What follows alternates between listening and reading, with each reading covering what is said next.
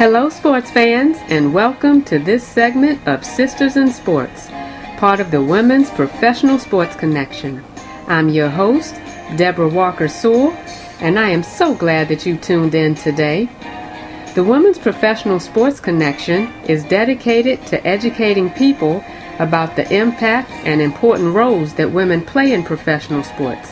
And this segment, Sisters in Sports, gives us an opportunity to speak to those groundbreaking individuals as they share their journeys with us and tell us about those opportunities that are out there for women in the realm of professional sports.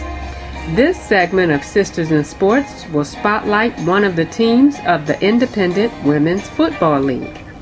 Founded in 2000 by a group of women dedicated to making the sport a household name, the Independent Women's Football League, or IWFL, is a full-tackle women's football league focused on creating a positive, safe, and fun environment for the women who play the game and the fans that come out and watch. The IWFL currently has over 1,600 women playing the sport for 51 teams across North America. On this segment, I am so pleased to have as my guest the owner of the IWFL's Baltimore Nighthawks, Miss Tanya Bryan. Tanya, again, thank you so much for joining us today as our special guest. Now, is there more that can be done to promote the league? And if so, what do you think can be done? That's an excellent question. I think the biggest issue is just that people don't realize we're there. Right. Certainly, once people actually see a women's tackle football game, right, they're excited. They realize that it's just tackle football. The pace of the game may be a little bit slower, right, but everything else is the same. Same shoulder pads, same helmets. We follow NCAA rules. So wow. I think what would help a lot, certainly having more of a marketing machine. Mm-hmm. I would say for the Baltimore Nighthawks, we've been very fortunate in that we've had a lot of opportunities to do programs such as yours, that have some television exposure. Okay, right. And I think a lot of times in women's sports, you really need those outlets to let people know where you are, let people know resources that you need, because obviously a lot of times if you are having to pay for that out of pocket, it does limit what you're able to do, right, especially in the early years. Okay. Now, speaking about the Baltimore Nighthawks, can you give us a little history about your franchise and when you all were founded and how you became an owner? Absolutely. Basically, in 2007, there was a goal to start a women's professional football dynasty here in Baltimore. Okay. And basically, I became an owner because at the time, a friend of mine who was looking at the opportunity called me and said, "Hey, what do you think about women's tackle football?" And I said, I doubt Steve Bisciotti's going to call me and ask me if I'd like part of the Baltimore Ravens, so this may be the only opportunity I get. Wow, okay. Essentially, since that time, what I've tried to do is learn from other owners, mm-hmm, things not to do, how to really grow the business at a pace that you can keep up with. For example, not jumping out right away, trying to have games televised on Fox. Because, again, that's very expensive. And in this economy, the first thing that people tend to stop sponsoring will be a women's sport. So, right, really, for us, a lot of what we've tried to do is reach out to different groups in our community. We do things with Komen, Maryland. We do events for healthcare for the homeless. Right. The Chocolate Affair right, is an event that we do every February. And for us, by doing that, it's given us access to lots of media outlets, and it's brought a lot more attention to the team, and it's allowed us to do some really good work. So that's probably been one of the biggest things. So for us, that helped us go from a tiny organization to being a team that was able to, the Super Bowl Sunday, we actually had a commercial on Fox. Wow, okay. Before the road to the Super Bowl came on. And it was nice because they liked it so much they actually played it every day that week on the 6 o'clock news. Wow. Well, that must have been exciting for you all. That was exciting. The Nighthawks, we actually have our own Baltimore Nighthawks anthem, so cool. be sitting in the living room and hear our song come on and then see the commercial was pretty exciting. Wow, that sounds great. Now, Tanya, you mentioned something about learning from other owners. I'm taking you've been following what's been going on in the NFL. Yes. As an owner, what can you learn, or what have you learned, what to do and what not to do that the owners in the NFL may be doing with the whole lockout situation?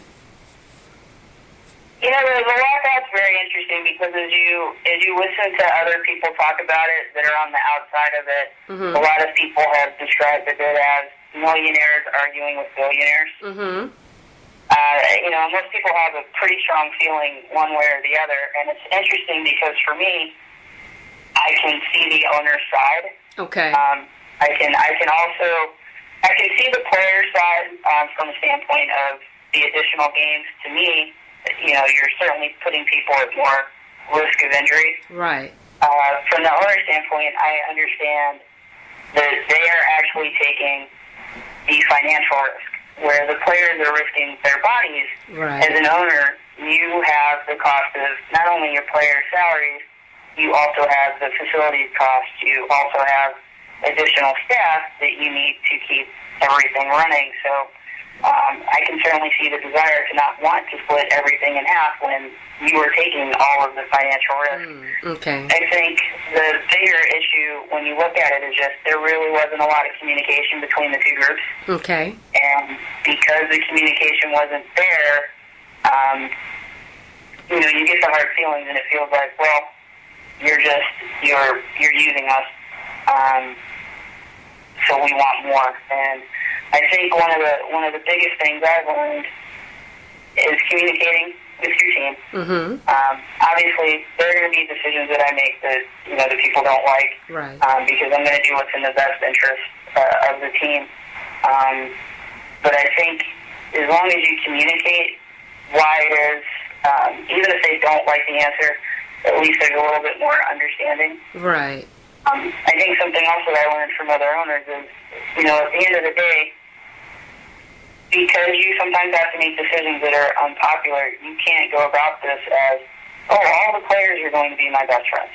Okay. Because at the end of the day, that's really not the case. Obviously you care about your team, you care about your well-being, but you can't operate from the standpoint of these are all my best friends. Right. Because then you will make decisions that aren't based on, the data points and what's good for the group as a whole. You will start making decisions based on, I'm better friends with this player than I am with that player. And I've seen teams that once that happens and they start to do that, things fall apart. So you take the personal out of it. Well, they put too much personal in it. Okay. It's important for your players to have a good relationship amongst themselves and build, that strong bond, because obviously those are the people that are on your left and your right when you're on the field. Right. For your coaches and for the owners and for any other staff, it's really important to be impartial. Okay. And treat everybody the same way and be consistent. Like, those are really critical things, because if you make exceptions and different rules for different people, it's very hard to have a structure in your organization. And once that structure is lost, it's really hard to try and get it back. Okay. Now, do you see something like a lockout or something similar to a lockout happening in the league that you all are in? Do you think something like that could happen, or has... I don't see something like that happening, largely because, right now, it's not exactly as if we're dealing with millions of dollars. Okay. The problem I look forward to having. I would love to have that type of problem. I think most of us would. Certainly right now we're not in a position where I'm writing checks to players. They're not on salary, so really for everyone involved, it's more about for the love of the game. But I think that a lot of the lessons that we're seeing now as we watch, this whole thing sort of unfold with the NFL, I think it'll keep other sports teams from going through the same thing. Okay. Hopefully they'll be able to work it out soon. I mean, because at the end of the day, the people that will really suffer are all of those support staff and other people who rely on the revenue that, the games and televised events and other things generate. I mean, those are really the people that are going to suffer. It's not the players and not the owners. Right. Now, have you always had a passion for football or a love of sports? I've always liked football. I actually remember going to my first game with my dad. I am also quite a huge soccer fan. Oh, okay. I took up rugby last fall, so I played for Chesapeake How was Rugby. that for you? And love rugby. So those are my three sports, but obviously football is the number one passion. How was the rugby situation for you? How was that? Rugby was extremely relaxing for me. Oh, okay. And everyone always laughs when I say that. But at the end of the day, it's probably the only time when I'm just thinking about one thing and not thinking about the 4 or 5 things that I need to get done for football. So it was extremely relaxing. It's a great workout and a great sport. So I definitely enjoy the time that I got to spend playing with Chesapeake. Wow, that sounds cool.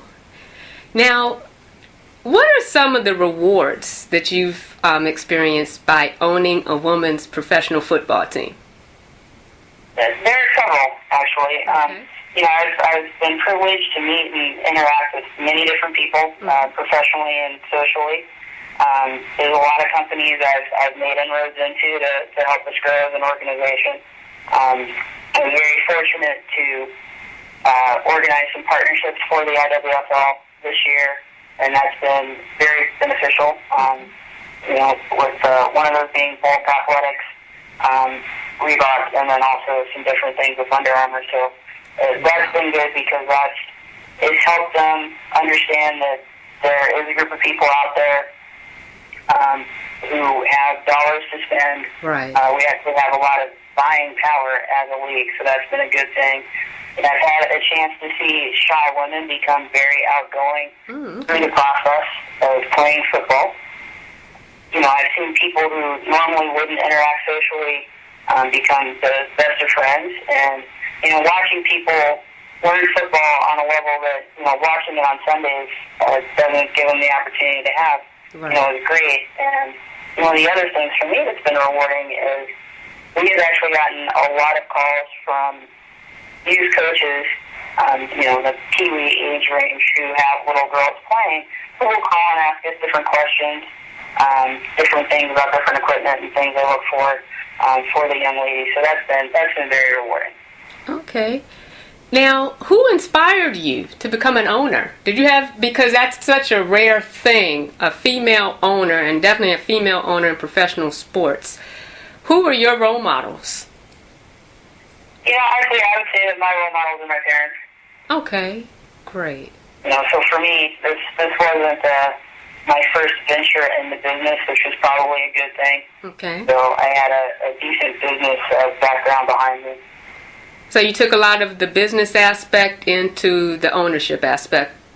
Oh, absolutely. I think probably one of the most critical things for a business owner, whether it's sports, financial services, real estate, whatever it is, just really understanding. You need to understand the market. You need to understand who your customers are. You need to really look at where your cash flow is coming from for the next 5 years. You don't just want to look at that first year. Maybe get through one season and then start thinking, okay, now what? Especially with something like this where there isn't as much public awareness, so you're really going to have to be willing to utilize your own funds to sort of get things going initially, and then it will become self-reliant. Okay. So definitely having a background in some other business is very helpful. Okay, now speaking of that, you all are about to kick off the start of another season, regular season. Yes, we are. Now, how can people find out more about the Baltimore Nighthawks and perhaps get some tickets to some upcoming home games? You've got a website for us or a phone number? They should go to our website, which is www.baltimorenighthawks.com. Okay. I can tell you our season opener at home is April 9th against the Carolina Phoenix. this is going to be an epic game. This is a team we lost to. It was our last home game. It was our last game of the season. Oh, my God. It went into overtime, and we lost at the last second. We want that back really badly. We have thought about it. We talked about it in practice. We are very ready for this. I think the fans are going to have a great time at this game, and we'll be back at Merville High School. Okay. That's Mercantile Vocational Technical High School. Kickoff at 7 o'clock. Tickets are $10, and it's great family entertainment. And as a matter of fact, tickets are $5 for ages 6 through 17. So, definitely something you can afford to bring your family to and just enjoy some good tackle football. Now, did they become one of you all's biggest rivals with that last-minute victory over you guys last year? Oh, definitely. Okay. They moved to the top of the list. Definitely moved to the top of the list. Well, I'm looking forward to seeing that one. Well, Tanya, in closing, just wanted to ask you, what advice do you have for some of our female listeners who would like to follow in your footsteps and perhaps own a professional sports franchise someday? Well, I think the most important thing is to understand what you're getting involved in. Okay. You definitely want to understand what your resources are. I think one of the biggest challenges for a sports owner is having places to practice, places to have your games, because for most people, initially you're going to be relying on either your parks and recreation, certain indoor or outdoor sports facilities, and you really need to take into account the amount of activity in your area and times of year where many of those resources get really congested, just because you have a lot of different rec teams, and you have certain high schools that don't have their own fields, so they'll be utilizing those same resources. So really understanding that, starting to form some relationships with the people in those areas who handle that scheduling, really understanding if there are other teams in the area in the same sport that you're thinking about starting up. So, we'll just be creating 3, 4, 5 teams all trying to do the same thing. Looking at who your team's going to be, what's your support network, how much staff do you need to have, Right. Are they going to be volunteers, will they be on salary, if they're on salary, where are you going to get the funds to pay for that, and then beyond that, what your marketing is going to be. And I would tell anyone that some of the social networking is phenomenal. Okay. It's probably been one of our greatest resources. And I think that's been, beneficial for a lot of the partners that you're going to form too, because if you have a nice website, for example, our website's over 320,000 hits. You have if you have a good Facebook page, that's something that they're also going to want to tie into and have a link. So that helps you, that helps them, and building those partnerships and relationships will be extremely critical to your success. So those are some of the things that I would recommend to anyone thinking about owning a women's team. Well, however Sisters in Sports and Peace Communications can help get the word out about the Nighthawks, and if there's anything you all like to share with us, upcoming events or activities, just keep us posted and we'll make sure it gets out there to the people and the fans. Absolutely. We would love to do that. Okay. Love to do that. Well, thank you, Tanya, for joining us as our special guest today and sharing not only your journey, but, your experiences and being an inspiration to our guests. And I definitely invite you back, and good luck in the season opener. I'm looking forward to seeing it. And like I said, definitely invite you back to the show whenever your schedule allows you to do so. Oh, it's fantastic. I would love to do it. I'd like to thank you for having me on, and just mention to your fans, too, if they do have kids, our mascot, Nellie, will be out entertaining everybody and keeping the flow going. So I hope to see you guys at a game, and I would definitely love to come back. Okay, Tanya, thank you. Thank you for tuning in to Sisters in Sports, part of the Women's Professional Sports Connection. Until next time, I'm your host, Deborah Walker Sewell, encouraging you to be a blessing to someone today and enjoy your journey.